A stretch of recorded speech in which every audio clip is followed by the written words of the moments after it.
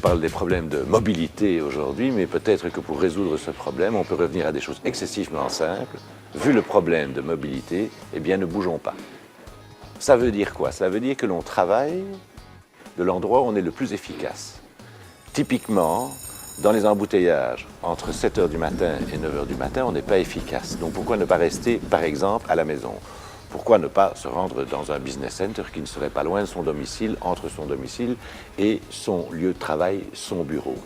Et donc c'est ça en fait la nouvelle façon de travailler, le New Way of Working, dans le New World of Work. C'est de travailler d'où l'on veut, d'une manière la plus efficace, évidemment équipé par tous les outils informatiques nécessaires et suffisants que pour pouvoir effectuer ce travail à distance. Dans le New World of Work, on travaille d'où l'on est le plus efficace, quand on veut, en accord avec son manager. Et donc, par exemple, ne pas être dans les embouteillages le matin, ça c'est effectivement excessivement populaire, donc les collaborateurs adorent. Le point est, dans le New World of Work, on mesure les collaborateurs sur le résultat de leur travail et non pas sur leur présence au bureau. Une des raisons pour laquelle les actionnaires, les patrons d'entreprise sont excessivement favorables à ce type de projet, c'est que derrière, il y a aussi un business case. Puisque lorsque vous réduisez le nombre d'espaces de travail par collaborateur, non pas que leur espace est plus petit, mais vous donnez moins de desks que de nombre d'employés, le nombre de mètres carrés que vous utilisez est inférieur. Et donc, il y a un vrai business case. Ou grâce à l'implémentation de New World of Work qui conduit à la satisfaction des collaborateurs, en plus, vous faites des économies d'espace de bureau.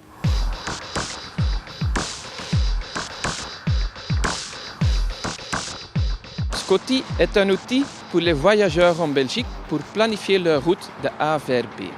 B-Mobile, ensemble avec Touring et la SNCB, ont développé Scotty, qui est aussi connu comme Touring Mobilise en Belgique ou comme Mobile Ninja. C'est un outil qui permet, par Internet et par smartphone, de planifier sa route de A vers B en avant 3 options. Quand est-ce que je dois partir? Est-ce que je dois partir à 8 h ou déjà à 7 h 30 car il y a des bouchons?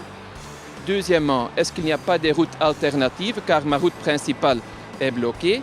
Et troisièmement, le principal, est-ce qu'il n'y a pas des alternatives en train, en bus? Et quand je prends le train, est-ce que je vais trouver une place libre sur le parking de la gare? B-Mobile est une société spécialisée dans la mesure de l'infotrafic en utilisant les véhicules connectés. Et tous ces véhicules nous envoient chaque minute leur position et comme ça on a une vue très concrète sur la fluidité, les bouchons, les congestions un peu partout sur le réseau routier.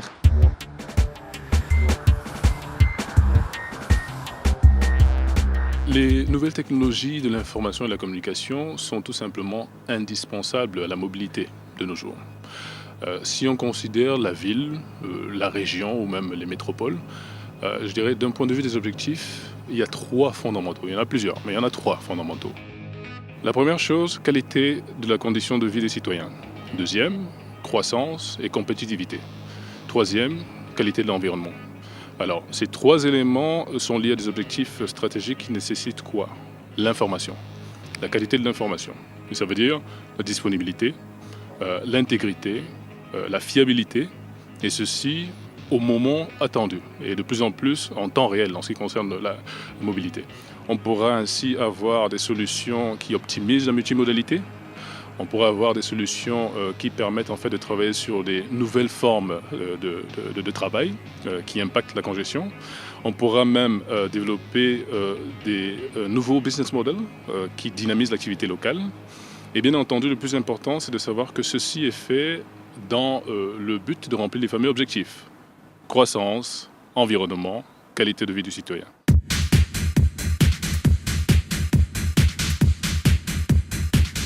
La technologie moderne et la technologie ancestral qui est le ferroviaire sont peut-être a priori opposés, alors que c'est tout l'inverse.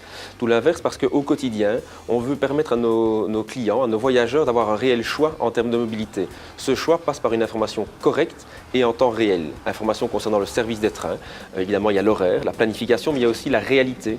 Et donc permettre à nos clients de connaître la réalité de l'horaire, c'est-à-dire si le train va arriver à l'heure ou avec un petit peu ou beaucoup de retard, fait partie de nos objectifs et les outils numériques sont là pour nous aider.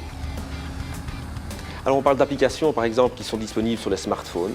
On a une application qui a été téléchargée à plus de 900 000 exemplaires qui est l'application Mobility sur les smartphones et qui permet justement à la fois d'acheter des billets à distance, de consulter l'horaire en temps réel et aussi de s'abonner. Par exemple, vous prenez régulièrement un tel train, mais vous souhaitez être averti à l'avance, spontanément, s'il est à l'heure ou pas. Et bien cela est possible grâce aux nouvelles technologies. On a développé d'autres outils. Twitter par exemple. Twitter est un média social media qui est très utilisé et aujourd'hui ça nous permet aussi en temps réel d'informer nos clients mais aussi de répondre à leurs questions. Il y a une interactivité qui n'est pas permise avec une application mais par contre dans Twitter on peut avoir cette interactivité et ça marche énormément. On ressent vraiment une attente de la part de nos clients d'être plus proche d'eux encore et ces types d'outils nous permettent justement d'être au plus proche. Peu importe l'endroit où ils se trouvent, peu importe l'heure à laquelle on se trouve, il est possible de communiquer avec eux, de répondre à leurs questions et c'est très important. Il y a une volonté de permettre aussi à nos clients d'avoir accès à Internet dans les gares, donc à travers un Wi-Fi accessible au niveau des gares et aussi permettre de mettre à disposition des flex office, c'est-à-dire des bureaux où nos clients pourront venir travailler en patientant ou quand ils arrivent un peu plus tôt à la gare, pouvoir s'occuper et rendre le temps d'attente un temps utile. Ce qui est un avantage certainement du train par rapport à la voiture, parce que dans le train aussi, on peut travailler contrairement à la voiture quand on est dans une file.